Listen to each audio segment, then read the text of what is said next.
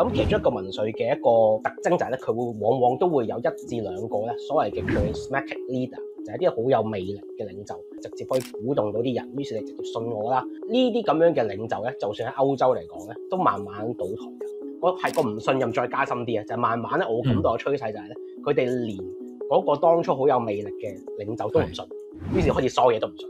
會唔會 AI 去做一個領袖，去比起任何人都更加容易理性，而唔係去欺騙大家嘅？好可能佢可以 lay out 晒所有嘅客觀事實係真嘅事實，唔係假嘅，你可以說服你啊！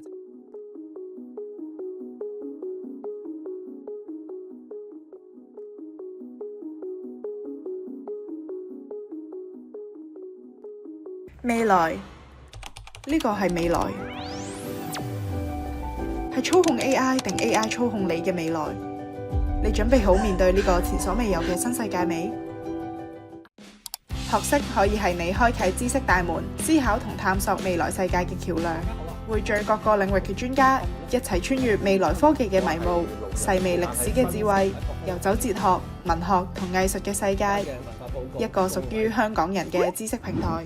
嗱，今集未來學咧，想同大家去傾一個同政治學有關嘅話題啊！即係好多人咧都會話咧，民主係退緊潮嘅，而且咧呢一件事咧又同 AI 嘅興起咧，原來又息息相關嘅。嗱，咁要去傾一個咁大咁貼身嘅話題咧，我哋就要揾一位專家咧嚟同大家去傾傾啦。咁我就邀請咗一位朋友阿 Chris Lee 李敏剛，恒大嘅助理教授咧，一齊嚟去傾傾呢個話題啦。喂，阿 Chris，hello，hello，係啟明，好耐冇見啊！係啊，好耐冇見啦！即係我自從嚟咗澳洲之後咧，其實大家都未有機會去傾啦。咁啊，一次過咧就可以大家去聚下舊，同埋傾下呢個話題啦。其實或者首先咧，我想問下阿 Chris 咧，就係嗱，我自己都感覺係嘅，但係我就想問翻一個學術上邊嚴謹一啲嘅講法，究竟係咪民主真係退緊潮咧？嗱，民主退潮咧，10年前如果你問我咧，我會覺得冇嘅。所謂民主退潮喺政治學上，英文學界叫 democratic backsliding 啦。咁其實嗰陣時咧，最主要就係講緊歐洲，咁有一啲極右或者保守嘅民粹主義咧興起緊，咁就開始衝擊緊嗰陣時歐洲，尤其東歐、中歐嘅好多國家咧，就係可能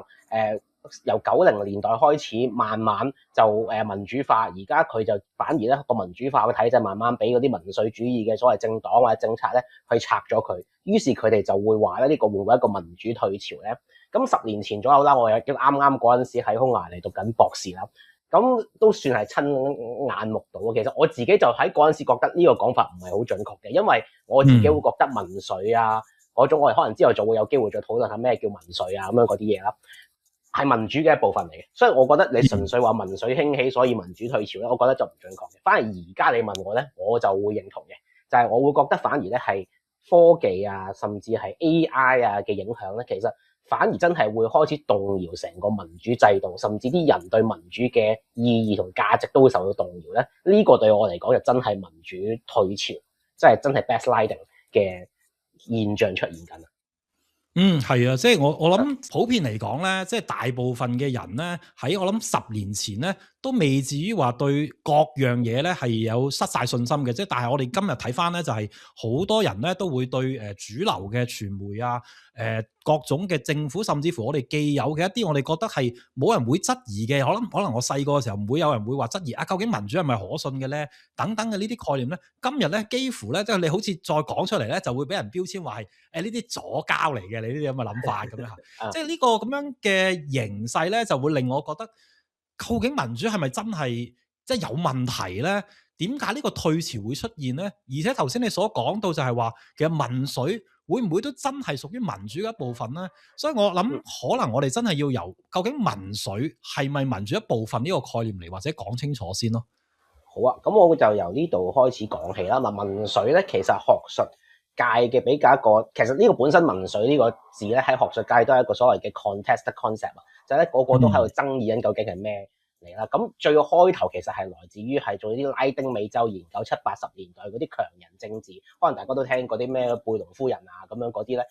研究嗰種咧好有魅力嘅一個領袖咧，跟住就透過好大嘅民意支持去上台。跟住但係就好唔尊重所謂啲程序啊咁樣嘢咧，就被視為民粹主義嘅。咁歐洲譬如呢10年嚟講咧，民粹就更加多會同所謂嘅極右連埋一齊啦。咁就事緣就好多嘅政黨，即係好快咁review 一次呢啲嘅講法，就係好多政黨佢哋可能話會用啲好保守嘅價值觀，但係同時咧佢哋其中一個好大嘅旗幟就係反精英，就會覺得成個本身中間偏左、中間偏右嗰啲主流政黨咧，嗰啲精英已經脫離晒人民啦。咁於是咧嗰啲政黨就話我哋話覺得成個體制本身嘅原有嘅政黨嗰啲全部都係廢嘅，全部都係貪腐嘅，全部都係無能嘅。咁於是咧我哋就要上台。而佢哋上台之後咧，反而係佢哋真係選咗上台之後，佢哋做嘅嘢咧，先比較有一啲特色上咧，係同所謂民主退潮或者同民主制度嘅張力相關。就係佢哋咧上台之後咧，佢哋會譬如尤其好關鍵嘅，就係司法制度或者司法獨立。佢哋覺得法官啊，成個司法體制都係精英嘅一部分，都係呢個原有嘅貪腐體制一部分。於是佢哋成日咧都會一個好常會做嘅嘢，就係將所有嘅法院或者係憲法對政府啊，對佢哋成個財政啊，同埋點樣用啲咩政策啊，嗰啲限制咧，全部改晒佢，拆晒佢。其中一個好有特色嘅，我估嘅一個事件就係譬如2011年咧，匈牙利嗰陣時啱啱選輸咗嗰個 Viktor Orban 咧，咁佢當年就啱啱上台咧，佢第一樣嘢做咧就係將成本憲法修改佢。咁就係咧將簡單啲嚟講啦，就係咧將所有譬如憲法法院啊，對佢嘅制衡啊，對所有政府行政嘅制衡咧，全部拆走晒佢。咁咧就呢個其實都幾講到其實咩係民粹主義嘅，就係咧佢反精英啦，同埋咧係反體制啦，同埋咧佢哋會強調咧嗰個領袖咧，佢就因為佢係攞住多數嘅選票上台咧，佢就代表咗係國家嘅意志或者人民嘅意志，咁佢就可以做乜都得，任何原本嘅條文、程序、法律嘅限制咧，都唔應該受到，都唔會應該再繼續存在嘅。咁呢個就係所謂嘅民粹主義啦。咁你問我咧，我覺得民粹主義咧係民主嘅一部分嚟嘅，因為最基本啦，民主如果你問最基本嘅一部分，就係大家可能都聽得比較多咧，就係少數服從多數，或者其實你係尊重大多數人嘅意見。背後一個好重要嘅理念咧，就係尊重每個人咧都係平等嘅聲音嚟嘅，一人一票。咁佢哋想或者嗰啲民粹政黨或者政客，佢哋的而且確因為一人一票，所以上咗台。咁而因為呢樣嘢，佢哋代表住嗰個大多數人意志咧，去改變啲嘢咧，我覺得你又好難話咧，佢唔係一個民主嘅一部分。而且事實上，老實講，你話係咪淨係民粹政黨先會不斷咁攻擊上台嘅精英係佢好有問題啊？話佢哋好無能啊？於是我要上台啊？於是上咗台之後改弦更張啊？其實又唔係喎。其實你古往今來所有民主選舉都係咁，有邊次民主選舉你兩個政黨唔會不斷攻擊話對方好渣啊、貪污啊、腐敗啊、無能啊，所以你選我啦，我係你唯一嘅選擇，個個都會咁講啦。所以我會覺得民粹咧，只係民主呢個制度個運作嘅必然嘅結果，或者點都會有喺度嘅，所以我唔會覺得純粹因為民粹主義政黨佢哋好強大嘅出現咧，就因此就係所謂嘅民主退潮。係啊，同埋我想問多啲咧，就係話咧，其實大概我就聽到就民粹就係因為有佢嘅表徵，就係佢哋係反精英、反制度嘅一種嘅理念啦，同埋甚至乎一啲嘅執行嘅政策啦。咁但係呢個只係個表徵啫，我覺得。咁點解人民會係慢慢越嚟越多人支持呢一種嘅諗法咧？背後梗係有啲原因令到佢哋覺得反精英係啱嘅，反制度係啱嘅。嗱，我自己先講一個我好 naive 嘅諗法，就係反制度其實你正面啲去睇，呢個咪就係改革嘅開始咯。咁唔係我哋歷史上我哋不嬲歌頌，譬如話喺科學上邊我哋會歌頌哥白尼咧去挑戰權威，挑戰就係權貴嘅。咁呢個係被後世係歌頌，我哋唔會話佢係民粹噶嘛。咁點解嚟到現代我哋就會話呢一種思路反而就好似係民粹咁明顯就好似好貶義啦咁樣。咁所以嗰個關鍵係咪仲有一啲分別嘅咧？其實呢個位就係我其中一個覺得點解民粹同民主其實係咪不可分嘅，我好同意你嘅。其實反體制本身咧，冇理由就會因此就覺得你唔係民主。幾多嘅所謂民主革命，甚至係科學革命、代表人類理性革命，其實都係以衝擊既有嘅體制、衝擊既有當權者為主。咁但係點解會話當代好多民粹佢會覺得係一個反民主，同埋頭先你再早啲嘅問題就係究竟呢種咁樣嘅反體制、反精英嘅嗰個思潮係點樣嚟咧？咁其實我覺得都要去翻數翻啦，大約20-30年前咧一個幾大嘅趨勢，90年代度啦，80幾年90年代度咧嘅一個幾大嘅趨勢就係咧開始所謂嘅頭先我講啦，主流政黨尤其係歐美嘅選舉制度裏面咧，開始叫中間偏左同中間偏右。點解叫中間咧？就係講緊咧佢哋嘅政策咧就開始慢慢黐得好變得好相似啊！咩意思咧？就係咧再早年啲嘅時候咧，啲人就會覺得咧左翼就係啲咩？左翼就可能重視社會再分配啊、抽重稅啊、好高福利啊、好高社會保障啊，咁樣就叫左翼。咁樣右翼咧就係所謂嘅支持自由市場，咁就於是講政府少啲干預，於是就會少啲社會福利，跟住少啲社會保障咁樣嘅東西。咁但係去到80-90年代嘅時候咧，都同成個地球咧嘅經濟全球經濟發展咧係有啲關係嘅，就係開始咗所謂嘅全球化啦，同埋咧尤其更加關鍵90年代咧中歐東歐嘅好多嗰個年代共產主義政權咧，可能我哋啲後生啲嘅聽眾都未聽過啦，共產主義政權咧倒台，咁咧就令到咧所謂嘅我哋而家所知道嘅資本主義制度啊市場經濟咧就變咗係一個最主導晒成個地球嘅經濟體系嘅一個制度。咁個結果就係咩咧？就係咧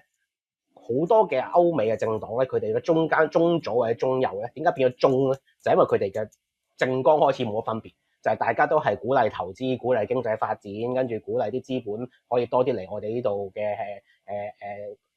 金融投資啊，或者係股票最好。如果股票市場可以發展得最好就最好啦，咁樣嗰啲。咁慢慢咧，就啲人開始覺得選舉冇意義，即係你選邊個咧，其實佢做嘅一樣。而再另一個層次，我講多少少啦，有少少長期呢個位，但係因為歷史嘅，就係咧呢種咁樣嘅經濟結構、全球經濟結構嘅改變咧，有一班好大嘅失敗者 loser， 即係佢哋唔係真係失敗，但係咧佢哋叫做係呢個制度上面嘅輸家，係啦，輸家比較好啲嘅講法，就係個輸家就係咧佢哋咧係譬如你講全球化，跟住咧好多工廠就會你都記得可能90年代、2000年左右咧，咁好多工廠就移去東南亞，包括中國大陸。咁於是咧，其實就會令到好多喺歐美嘅嗰啲工人咧，本身啲產業工人咧失業。咁失咗業之後咧，咁你叫個產業工人佢本身係工廠做嘅，但係你而家你話成個經濟轉型，跟住去做科技，跟住做金融，咁佢係轉型唔到噶嘛，咁佢咪真係冇工做咯？咁呢啲好多嘅輸家咧，其實佢哋就發覺個政黨講咁多話，我哋經濟好好，經濟發展好好，我哋而家好成功，成咩功啫？都唔關我事嘅，你哋所有嘅經濟發展我都攞唔到任何甜頭嘅。咁呢啲咧都係其實好多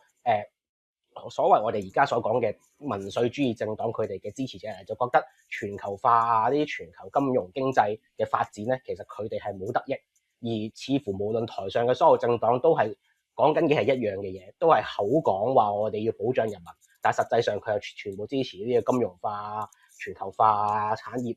外移、經濟轉型，都係幫唔到我嘅。咁於是佢哋就會開始一種覺得你全部精英、全部體制都係準備壓迫我嘅，都係講大話，都係腐敗嘅，所以佢哋就要支持民粹主義政黨嘅興起啦。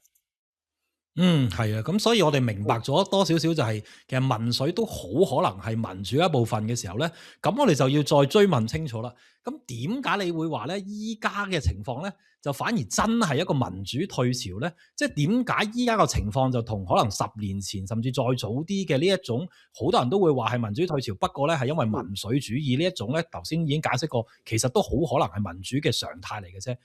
依家有啲咩分別咧？其實我覺得而家最大嘅分別，呢個就唔係學界共識啦，即係我自己嘅睇法啦。就係我會覺得最大嘅分別咧，就係咧，唔單止呢種反體制嘅思潮咧，越嚟越彌漫喺啲人民嗰度啦，而且更加關鍵就係咧，隨住我哋呢啲 social media 社交媒體啊，甚至好多嘅演算法啊，咁樣去到之下咧嘅影響我哋生活之下咧，其實我哋個生活係好碎片化，越嚟越原子化。咩意思咧？就係咧，其實我哋睇嘅新聞，我哋所認知嘅，因此我哋所認知嘅事實，其實咧就已經大家變得好唔同。若果你話10年前咧，社交媒體都已經有啦，但係起碼都演算法佢仲未咁犀利咧，咁啲人都仲會覺得啊，我唔信個體制，於是我另外選一個人上去，或者另外選一個上去衝擊成個體制咧。而家更加關鍵，我見到嘅問題就係咧，嗰種反對體制嘅不滿同埋嗰種情緒依然喺度，但係咧就唔會就越嚟越難咧，應該係咁講，去凝結咗一個共同嘅運動或者共同嘅議程咧，去改變成件事。咁所以咧，其實我會覺得而家點解反而真係民主退潮咧，就係咧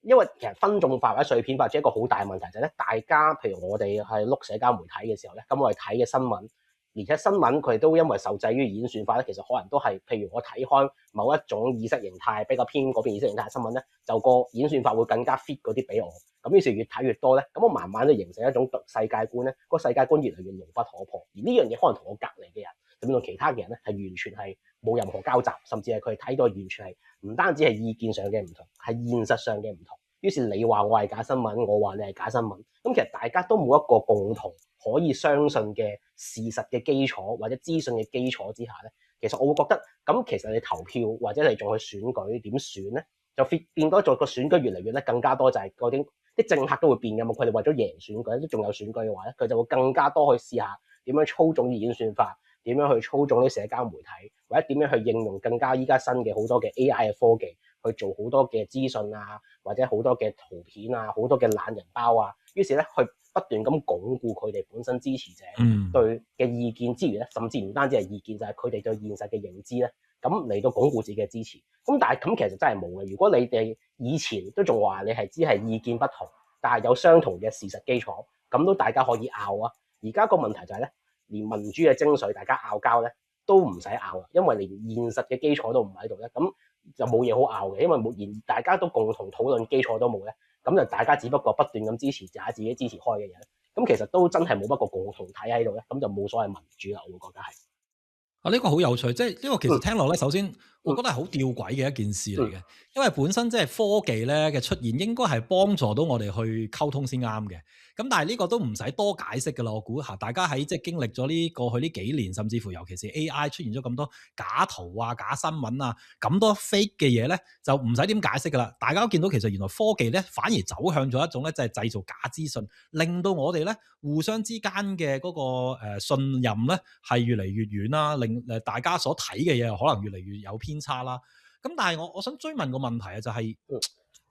就算啦，好啦，我哋就認同咗其實 AI 嘅出現啦，尤其是係會令到大家睇嘅嗰啲嘅所謂嘅事實咧係出現偏差。咁但係呢個唔係都係民主制度裏邊嘅一部分咩？因為民主個前提係咪真係一定要有所謂啊？大家都一定要知道晒所有嘅資訊，大家係有晒客觀嘅公平嘅資訊嘅基礎底下咧，我哋先至可以去做判斷。但係我覺得根本呢個太理想喎，由始至終邊有呢一個情況出現過啊？歷史上好問題，亦都好好嘅挑戰嚟嘅。我會覺得咧就係咁講啦。的而且確咧，你話全部人都有共同嘅事實基礎、資訊基礎咧，呢個從來都冇存在過嘅。咁但係我就會話咧，呢個係一個程度上嘅問題。程度上嘅問題係咩意思咧？就係咧，譬如你想象冇社交媒體，而且我哋嘅資訊接收唔係依靠社交媒體嘅年代咧，咁其實我哋可能會睇多好多報紙啦。咁報紙咁其實來來去去可能都係嗰10零20份報紙，譬如香港嘅情況，可能來來嗰幾份報紙咧。咁固然報紙佢哋自己都有自己唔同嘅意識形態，咁甚至佢哋報導嘅角度都會有好唔同，咁於是都會見到唔同嘅現實。咁但係咧，都相對嚟講咧，嗰個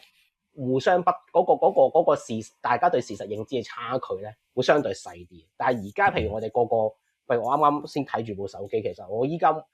我 check 住嘅每日我至少有5個鐘頭望住部手機，其中可能2/3嘅時間係望緊 Facebook、Instagram 同 Threads。咁其實咧好多時間我哋已經望咗喺個電話度，而唔去望個世界嘅現實咧。咁我大家認知事實差距越嚟越大。咁你覺得啱嘅，咁大家對現實嘅認知差距咧，咁從來都存在，人類社會就係咁嘅。咁點解我會覺得呢樣嘢反而係到而家係越嚟越，尤其喺社交媒體甚至 AI 嘅助長之下咧，越嚟越強咧？就係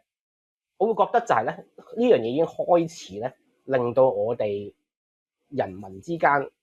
嘅信任越嚟越低。我覺得民主就係一個好重要嘅一個位咧，尤其我都係呢排先慢慢諗呢個問題先諗到，就係有啲人與人嘅基本信任你係要有，即係你會覺得嗰個人可能咧佢差到極點到咧，或者我同佢嘅現實認知好大，跟住我同佢嘅意識形態相差好大。咁但係起碼我哋都有一種好基本嘅信任，你覺得一投票投過咯，咁你贏咗我輸咗咪 OK 咯咁樣嗰啲。但係我覺得而家個碎片化或者係大家接收資訊嗰個差距嘅程度，因為去到一個點咧，就係令到我哋人與人之間個連結甚至個信任咧都開始冇埋。因為我會睇譬如你睇好多無論歐美政治、英國政治，甚至睇可能台灣嗰啲選舉嘅都係咧假資訊只係一個表層，更加關鍵就係咧，其實點解假資訊或者所謂不斷咁互相指控大家係咩認知戰啊、假資訊啊，咁但係最底層嘅就係咧，其實大家根本對大家咧係一個好根本嘅唔信任。我覺得係互為因果嘅，即係你大家個現實差距越嚟越大，就越嚟越唔信任，越唔信任咧個現實差距越嚟越大。於是咧就不斷互相指責大家係 fake news， 大家係假資訊、認知戰呢處之類咁嘅嘢。咁但係其實我覺得就係不斷咁助長呢種個大家嘅不信任咧，嗰個基本嘅信任破裂咗咧。咁其實咧就我會覺得好大影響嘅，因為個基本信任就係你個制度個運作嘅基礎嚟嘛。你都唔信人哋係會真係同你乖乖地去投票嘅，咁去到一個點就會覺得你話你投票贏咗，我覺得你做票，跟住你話我輸咗咩？我會覺得啲官員都係偏幫另一邊嗰啲人。嗰啲全部都係官方放出嚟嘅假資訊做票。咁其實我覺得睇呢期南韓啱啱選舉咧，咁有啲選舉制度就總會有啲運作有啲甩漏嘅，但係咧甩漏被放大，於是不斷咁變成互相攻擊，而且個攻擊不斷唔會停止喺個社交媒體度咧。我覺得就係呢種不信任嘅一個越嚟越熾熱嘅一個點。咁你就發覺呢啲冇得離合嘅，即係你講到你最基本都唔信嘅時候，個官員話冇啊，其實我印少啲選票，只不過係一個行政失誤嚟，就話唔係你一定係做票，你成個選舉都係貪腐嘅。咁其實去到咁咧，其實你講個信字嘅話，其實就冇嘢好信嘅，因為你一定係唔會信大家嘅一樣嘢嚟。我覺得反而就係呢個位係真係將個民主制度去推到一個好破裂嘅點咯。係冇錯啊，即係一個程度上面嘅差異咧，其實都可以去到一個位咧，就係變成咗一個真係真正嘅分別嘅。即係我舉個貼身啲嘅輕鬆啲嘅話題啊，就係呢排打緊世界盃啊嘛，係咪？咁其實大家每個國家咧派一隊波出嚟咧去踢咧，嗱雖然當然啦，我哋成日都會睇新聞就會黑哨啊，一陣間又話呢隊波啊造假啊收買咗，諸如此類啦，即係大家都會互相指責嘅。但係其實情況其實都類比，就係我哋每一次選舉都會聽唔少呢啲咁樣嘅新聞㗎啦。即係大家睇嘅事實判斷咧係有唔同有落差咧，從來都係咁㗎啦。但係世界盃咧，起碼我會覺得咧就係你每次鬧完四年一次，咪又係大家翻嚟再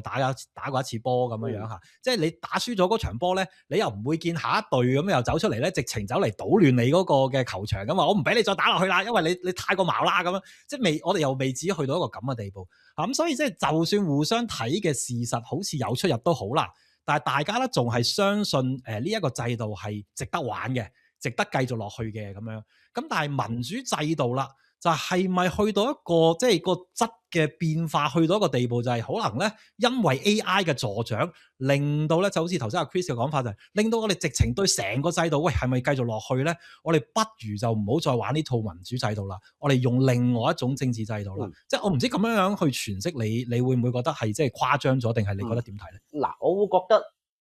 就係因為我要準備今日呢個訪問咧，我都有望到一啲即係睇翻啲近嚟嘅研究咧，就會話咧其實咧近幾年咧，即係講緊可能啲2023、24啊呢幾年咧，其實嗰個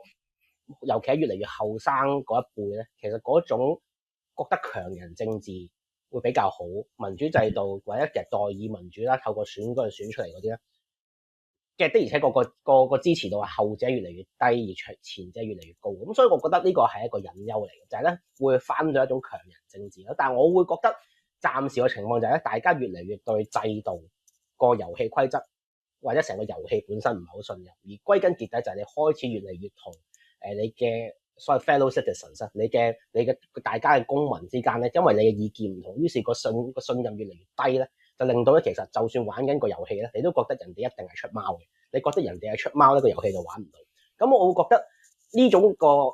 情況係加劇緊，但係有冇話要推翻民主制度，或者係一個好顯而易見嘅一個取代嘅機制出緊嚟咧？又開始係冇。咁所以我覺得點解我會話去翻第一個問題就係點解而家係民主退潮就啱嘅，就係咧，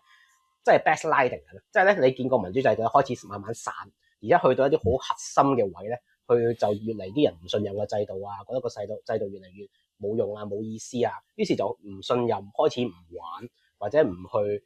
參與或者其實好抨擊個制度。但係你話有冇一個，於是就話有民陣俾一呼就有新嘢出嚟啦，我哋就不如去揾個強人政治出嚟啦。咁又見到又冇，因為都幾有趣嘅就係咧講翻民粹。咁其中一個民粹嘅一個好大嘅特徵就係咧，佢會往往都會有1至2個咧所謂嘅 charismatic leader，就係啲好有魅力嘅領袖。佢就話我領袖，我直接可以鼓動到啲人，於是你直接信我啦。咁於是咧，我上台之後咧，你唔好問，全部嘢就我做乜就做乜。咁於是就所有嘅制度就嘅制衡就拆晒佢。咁但係同時你又會見到咧，呢啲咁樣嘅領袖咧，就算喺歐洲嚟講咧，都慢慢倒台緊。你發覺啲人咧，開頭就諗住選 Obama 又好，或者 Donald Trump 上台又好，你可以解救晒所有嘢啦。咁發覺慢慢佢都搞唔掂。咁於是亦都佢哋就會好快就會對呢個咁樣嘅信任又會喪失咗。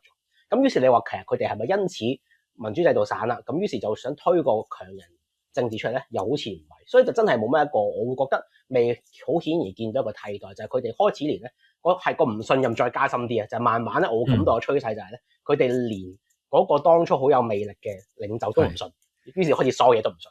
咁樣個情況喺度。係啊，即係所以其實人咧就係唔可信啊嘛，即係喺呢一個咁資訊發達嘅世代咧，就係每一個人咧，你好容易就可以揾到佢嘅各種嘅錯失咁樣樣啊。咁所以咧就引入今日嘅主題啊，就係會唔會 AI 咧就真係一個好好嘅替代咧？嗱，即係我先補充少少關於 AI 嘅呢一個影響先啦。嗱，即係我哋一直咧都會有種諗法就係嗱，冇錯啊，即係 AI 咧就會製造假新聞啊，好多 fake news 啊，嗰啲各種嘅假圖、假相、假資訊咧，我哋係唔使多講啦，係會影響民主選舉。但係咧，其實我哋就最近我都有分享俾阿 Chris 有個嘅有個報導啦，有講法啦，就係其實 AI 咧並唔單止淨係去做呢啲過去呢種我會話舊式嘅呢種嘅影響民主制度嘅一種嘅方式啊。其實你諗下，AI 依家咁醒目。佢同人哋任何人去辯論嘅話咧，好可能佢可以 lay out 晒所有嘅客觀事實係真嘅事實，唔係假嘅。你去說服你啊，即係大家都知道啦，喺一個嘅辯論比賽裏邊啊，其實大家唔係要攞啲假嘅資訊出嚟去鬥噶嘛，而係我去攞一啲，我去揀一啲所謂嘅事實，但係我點樣去鋪陳呢啲事實咧，其實係可以說服到對方嘅。而 AI 喺做呢個角色咧，我相信咧可能會比起任何人都做得好嘅時候咧，即係呢一種嘅方式就會令我哋會去猜想，就係會唔會 AI 去做一個領袖，去比起任何人都更加容易理性，而唔係去欺騙大家嘅，係理性用事實去說服大家啊，你信我啦咁樣。我同意嘅，其實呢個係呢個都係啟明之前 send 俾我自己都有留意呢個發展啦。咁其實就會係咧我覺得真係㗎，嗰啲咧咩假資訊啊、認知戰啊嗰啲，其實只係好表層嘅一個 AI 對成個民主制度嘅衝擊。反而我覺得呢個位頭先我咪講過話，依家啲人開始連嗰啲最有魅力嘅領袖都唔信，咁佢哋信咩咧？其實我覺得都有個趨勢，就係啲人開始信 AI。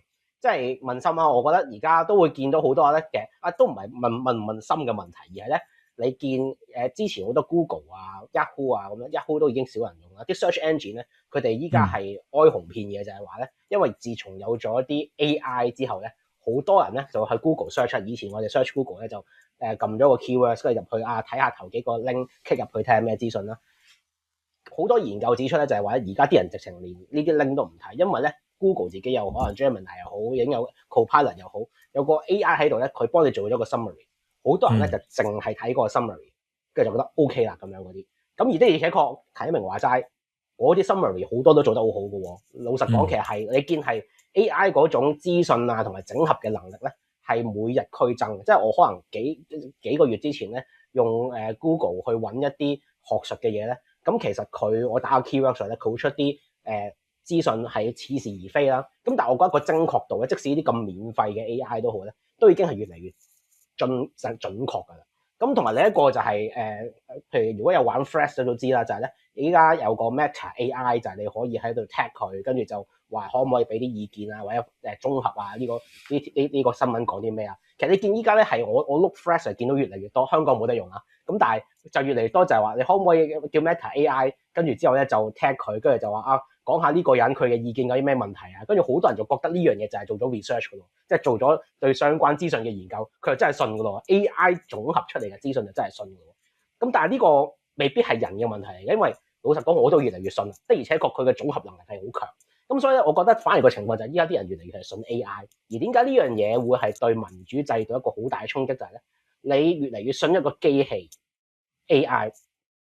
嘅整合又好，意見又好，而且佢嘅能力係會與日俱增都好咧。咁其實你自己需要嘅參與越嚟越少，甚至再去到更加根本就係你參與嘅意義係啲乜嘢咧？即係其實佢講嘅意見都仲好過你啦。咁其實個參與嚟嘅意見係啲咩？所以我覺得呢個係一個點解我會覺得民主退潮同 AI 關係會比較大啲。其實我覺得喺呢度，我哋今日未必好見到，但係我覺得慢慢個趨勢就係話，當個 AI 做嘅決策，甚至佢做嘅整合資訊係比任何一個人都好，甚至比任何一堆人都好，甚至人都越嚟越信任 AI 整合嘅資訊 for good reason 去整合佢嘅資訊或者整合嘅整理嘅意見都好咧。咁其實咁人嘅投入參與 input 嘅意義係啲咩？我仲投票或者我仲俾我嘅意見嚟做咩？AI 嘅意見同埋 AI 嘅整合仲好啦，仲理性啦。咁點解仲要人咧？咁呢個其實我覺得係一個對民主制度好根本嘅挑戰，就係人嘅參與喺一個政治或者政策嘅制定裏面，究竟係有咩意義咧？係啊，即係呢個我覺得係可能都真係比較少人去講，但係其實我哋真係要去反問翻，究竟其實民主嘅意義喺邊度咯？即係正正好似頭先阿 Chris 話齋。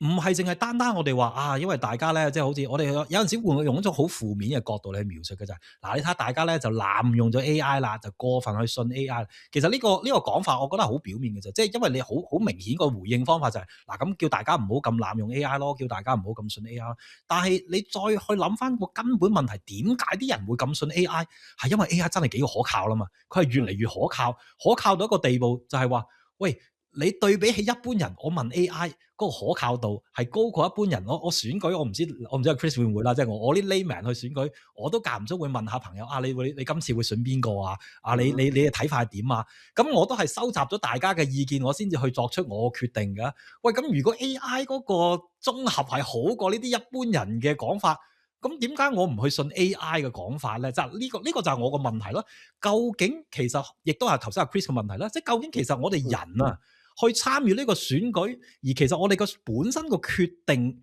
都係咁，都有咁多問題啦。我會話，但係我哋個民主個基礎就係我哋集合咁多人嘅智慧，so call 咧就可以即係叫做咧係有一個集體嘅決定權，有個集體智慧出現咗啦。但係咪去到一個地步就係其實喂 AI 做可能都會好過呢一個方法咧？我會覺得個趨勢就係慢慢一定會係嘅。咁我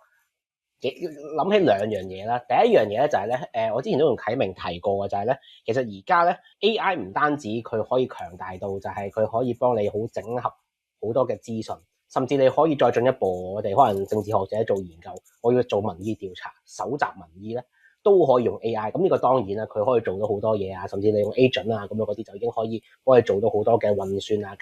出問卷啊咁樣諸如此類嘅嘢。甚至再進一步咧，其實我都係呢幾日去準備今日訪談，已經睇翻就係咧，原來有個所謂叫做 silicon sampling 嘅嘢咧，已經喺 marketing 同埋 polling 嗰度咧開始另一個好重要嘅一個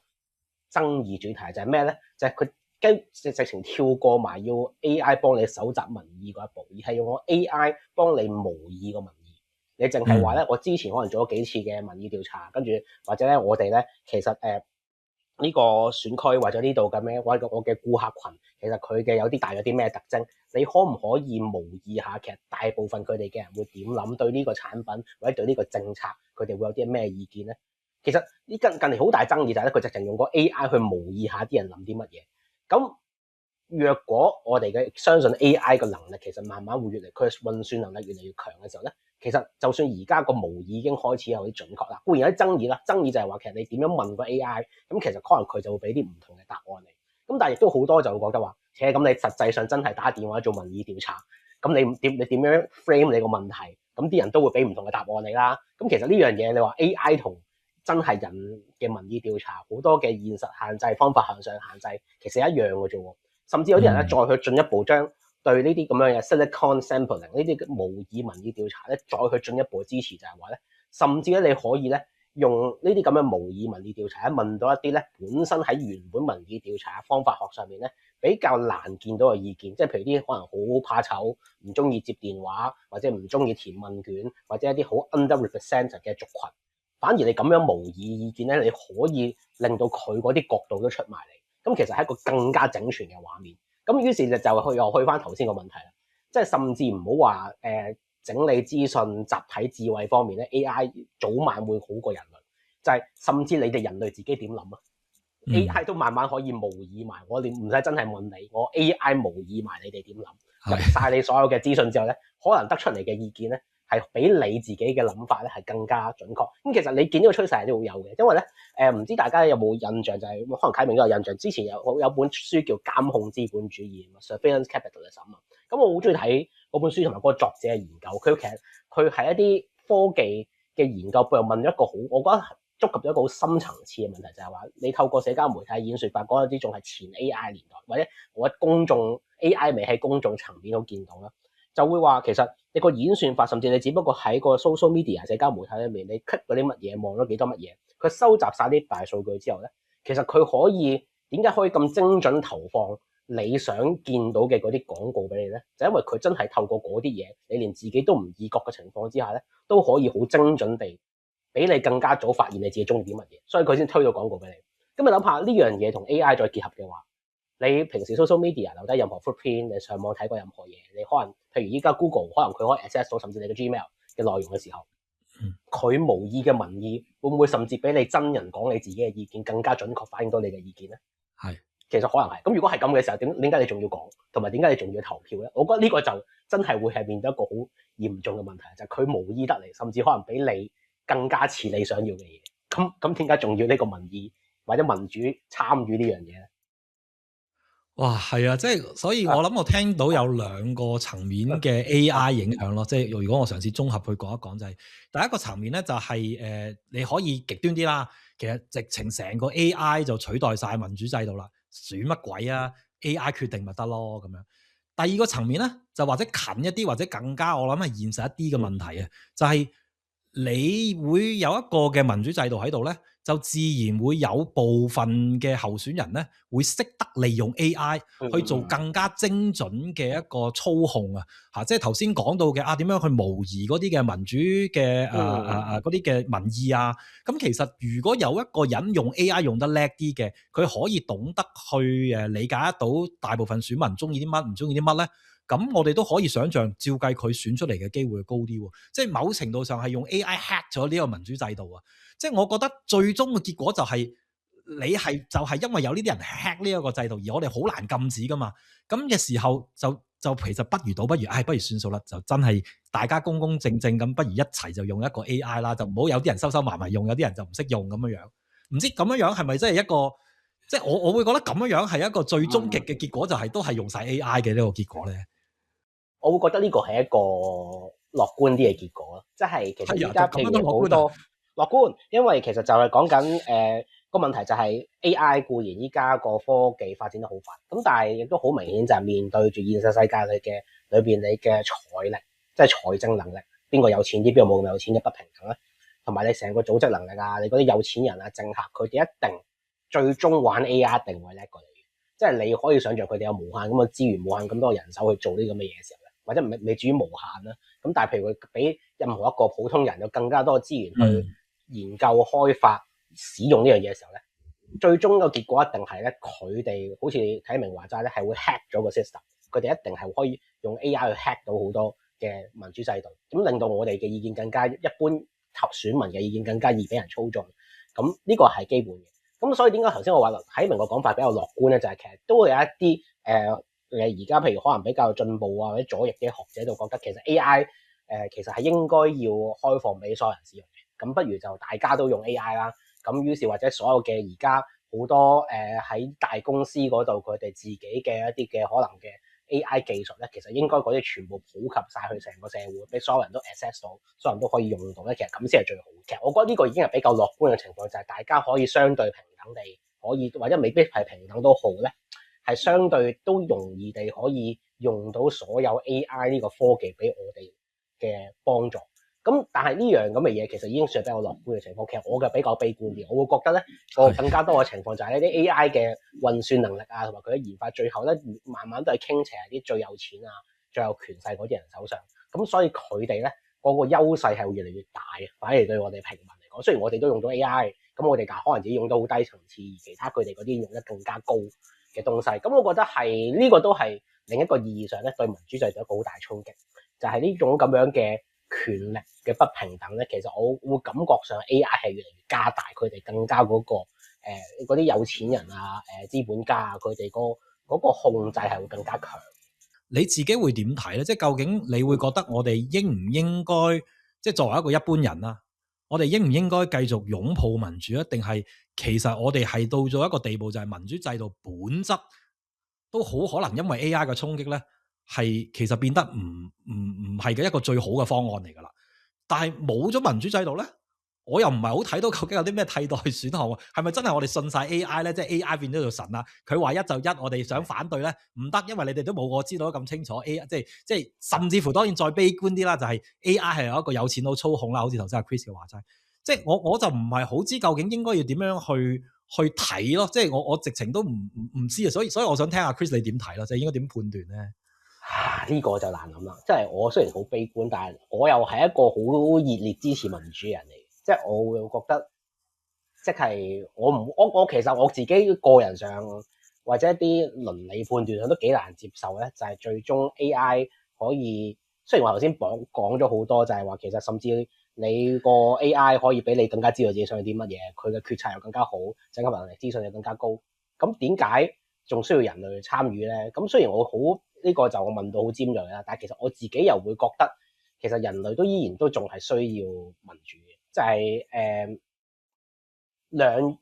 樣嘢啦，就係咧始終其中一種，第一個比較表層嘅就係我覺得人類都仲係需要有啲所謂制衡，無論你要制衡嘅係有權有勢嘅政客、有錢人，定係一個有權有勢嘅 AI。你問我點樣制衡 AI，我未諗到。咁但係我覺得始終面對嘅問題就係點樣可以制衡人類，始終都要靠自己。我覺得任何嘅制衡制度都係嘅，你唔可以靠其他嘢幫你去制衡嗰啲當權者，你自己要諗辦法去制衡啲當權者，無論佢係一個 AI 定係一個人。咁所以我覺得第一樣嘢就係你制衡對保障權利係好重要嘅一樣嘢嚟嘅，就係你要保障自己嘅權利，保障自己嘅自由。咁呢個第一個層次啦。另一個層次我又會覺得，而家學界有一個討論咧，即係呢個政治理論界咧，就係所謂嘅 democracy as a way of life。即係咧，將民主去反思翻，會其實民主唔止係一種制度，而係一種生活方式咧。其實佢哋個討論有啲唔係同我嚟緊講嘅嘢好相關，但係我由呢個概念諗落去，其實我會覺得係咁嘅，就係咧，其實民主生活咧 as a way of life 咧，其實係有啲好有意義同埋好有趣嘅嘢咧，對我哋應該對我哋嘅人生係好有意義嘅嘢咧，其實係應該要喺度，同埋應該提倡翻。而唔可以咁易放棄，即係佢唔係純粹只一個工具，係可以去保障自己嘅權利，而係的而且確咧，你一種群體生活，你諗下民主其實就係啲咩？就係大家群體生活，大家可以有唔同嘅意見，可以討論去傾偈，而人哋可能講咗啲嘢就我未諗過嘅喎，跟住於是咧我哋可以改變自己嘅意見，咁呢個係嘈交討論，同埋譬如真係要做決策嘅時候咧。咁不如大家我哋少數服從多數啦，咁咪做嗰個決策佢啦。咁我都會服氣嘅。呢種人與人之間嘅信任啦，呢種嘅 bonding 啦，同埋嗰種人與人之間嘅交流咧，我覺得係有啲哲學上所謂嘅 intrinsic value， 即係有啲自足嘅價值。即係而我覺得呢啲嘢咧，其實係無論 AI 嘅決策做得幾好都好咧，都唔應該放棄嘅一啲嘢嚟嘅。即係我會覺得，所以調翻轉就係咧，我會話要面對一個咧 AI 慢慢去衝擊成個民主制度嘅未來咧，其實反而要問就係好多人要問翻就係究竟 AI 對自己或者 sorry 應該係話民主生活、民主投票、民主參與對自己嘅意義係啲乜嘢？或者我哋要反思翻其實究竟係咪只係好工具性，就係話我哋投票就係總之嗰個某一個政策對我嚟講好有意思，或者對我嚟講好有利，我就投佢完啦。定係其實民主有啲更加深厚嘅嘢，就係譬如人與人之間嘅信任、群體生活、共同參與、討論、傾，甚至吵架、嘈交都係我哋嘅民主生活嘅有意義嘅一部分咧？即係我會傾向係會覺得係咁，所以我其實我會覺得就係可能嘅未來咧，就係如果好啲嘅未來咧，就係其實大家會慢慢去意覺到呢樣咁嘅嘢咧，就會碰撞到一啲嘅方式，就係我哋點樣可以既維持住民主制度，又可以用到 AI 帶俾我哋嘅方便，而同時可以限制住 AI 對我哋嘅生活嘅侵蝕咯，唔係純粹只係權利，而係我哋一種好有價值嘅生活方式嘅侵蝕。係啊，即係呢個或者我試下用一個 layman 啲嘅講法去講呢種民主嘅內在嘅所謂 intrinsic value 啦。其實唔係好難嘅嗱，即係從一個好 layman 嘅角度去諗咧，就係我哋細個咧，即係都會好多時就會俾阿媽阿爸咧就所謂叫我哋去做呢樣，叫我哋去做嗰樣咁樣嘅。但係我哋大到某個位咧，尤其是可能係啲即係反叛年齡咧，我哋就會開始話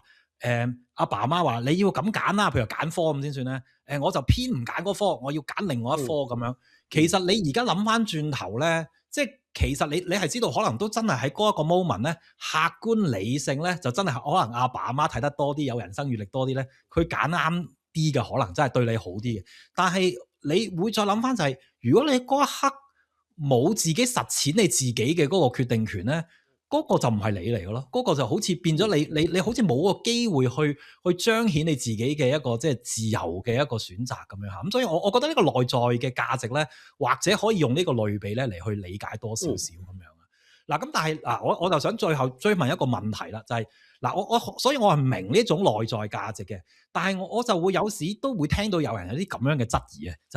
就係咁你即係呢種咧，就即係其實係有種好似叫做製造一種虛假嘅一種感受俾大家嘅啫。即係民主咧，其實都只不過係4年圍爐取暖，大家投票一次，大家做一次老細嚇，俾人哋湊一湊，咁咧咁你咪開心下咯咁樣樣。即係呢一種咪正正就好似我哋而家4年一次踢一次世界盃，大家嗨一次，嗨完啦。咁又有幾多人會繼續睇波啊？講真，我就呢啲係4年一次嘅球迷嚟㗎啦，即係好似有種湊熱鬧，就好似滿足到大家內在個需要。但係呢件事係咪真實需要咧？似乎又唔係好真實需要，尤其是去決定，即係頭先都講咗咁多關於 AI 決定，好可能係真係比起人嘅。咁所以我想問，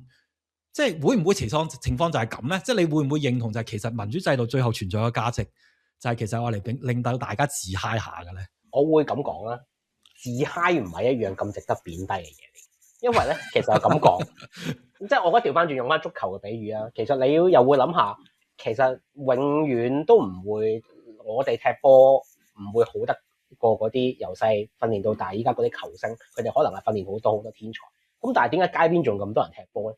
咁其實有啲就係話，其實唔係永遠就係因為某啲人做某樣嘢好好，佢嘅決策做得好好。因此你就將所有嘢就個意義就喺晒嗰度，於是你參與就冇意義。我覺得民主都係有啲類似嘅，就係咧我哋點解頭先我話應該要諗嘅辦法就係咧，我哋既參與多啲，同時亦都可以去用得好 AI 去幫我哋做啲更加好嘅決策。就係政策決定、政治決定固然梗係越理性、越集思廣益、越系統、越多資訊基於準確資訊越好嘅。咁但係同時咧，當你話 AI 都可以做晒呢啲所有嘢啦。咁你仲去投咩票啫？你仲去做咪自嗨咯？咁但係我覺得調翻轉，咁自嗨都好緊要嘅，即係或者唔係自嗨咯，或者用一個好啲嘅講法就係話咧，其實你嗰種參與，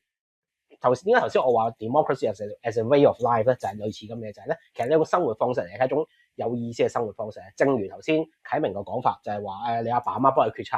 晒所有嘢，咁你係都要做反叛嗰個，咁反叛好唔理性，咁但係。你係咪都係為咗你啲自嗨咁？於是你就違反一個阿爸阿媽更加理性嘅決策啊？可能係嘅，但係同時呢種自嗨咧，你的而且確都係個銀仔嘅另一邊咧，就係一種你自主嘅實踐，或者一個參與嘅實踐。我哋去參與到一啲共同嘅討論啊，參與到群體生活裏面咧，呢樣嘢本質係有啲所謂自足嘅價值嘅意思就係咧，其實你參與本身，即使最後個結果係點都好咧，可能都係有價值。所以我會覺得咧，呢個位就我唔會咁貶低自嗨呢樣嘢咯，而係反而調翻轉我積極啲睇咧，就係話咧，係未必我哋喺個說服能力啊、資料整合能力啊，甚至發現自己中意啲咩嘅能力上面咧，係可以贏到 AI 嘅。咁但係呢個唔係一個充分條件，就因此我哋要將所有嘢俾晒 AI 做，因為我哋本身參與去做決策，做一啲對我哋自己嘅社群好重要嘅政治決定咧，其實都係一個我哋自主嘅實踐，或者一個群體自主嘅實踐嘅一部分。呢樣嘢本身無論結果係點都好咧，都有啲自足嘅價值嘅。咁當然要平衡啦。咁你又唔可以純粹只係為自嗨就算嘅。咁但係調翻轉就係你個參與感，於是每個人可以你係有種所謂嘅英文嘅講法叫 empowerment 啦，嗰種賦權嘅能力，就係咧你可以去做到某啲嘅決定。呢樣嘢本身都係一個對每個，我會覺得係對每個人係一個好重要嘅一個經驗同埋個情感嘅滿足嚟嘅咯。而呢樣嘢我覺得係緊要，即係又唔可以咁貶低呢樣嘢。喂，未夠喉啊！不過咧，我諗可能今集傾到呢度先啦。下次我哋繼續再追問關於即係一啲嘅民主制度啊，甚至乎整個嘅政治生態嘅一啲話題啊。我哋今日傾到呢度先，拜拜。好啊，拜拜。